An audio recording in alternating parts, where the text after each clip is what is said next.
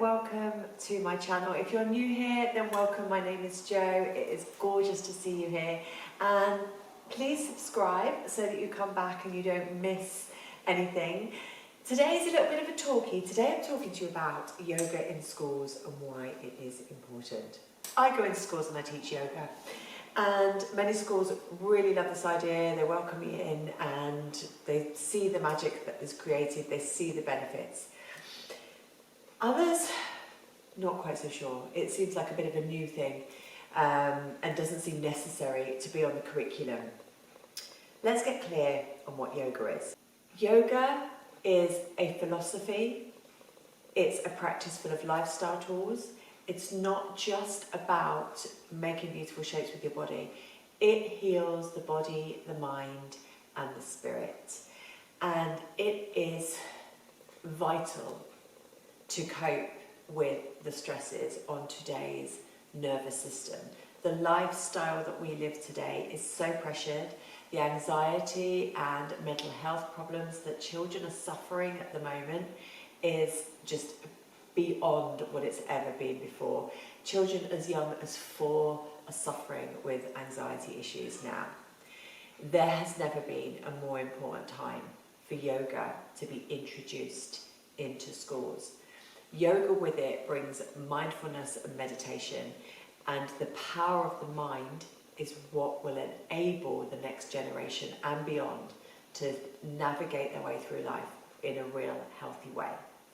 So let me tell you today about 3 things that yoga is really good for. First one, focus. For children to be able to focus at the moment is very difficult, and adults alike, let's be honest, but we're focusing on yoga in schools today. Being able to channel the mind, to quieten what's called the monkey mind, those chattering constant thoughts, being able to quieten the mind improves focus. So if a pupil is struggling with some work or struggling with a practice, being able to bring them to a point of focus where they can concentrate and they may be able to find their work easier or more fluid, this is a real gift. And yoga, because of its practice, because of its breath work, because of the body movements, because of the fun that children have in a yoga class, they're able to really try and channel their thoughts and channel their mind. And that focus, those skills that they learn, are then taken off of the mat and into the classroom and into everyday life. So times when they find that they're struggling to focus or things are getting overwhelmed, that realization and being able to bring in their yoga practice, their yoga skills, their breath work to be able to focus is invaluable. Second benefit is for those children who are less sporty, this more non-competitive practice, but also that's healthy, works on fitness, bone density, strength, flexibility, relieves growing pains, improves heart strength, improves the flow of the blood pressure.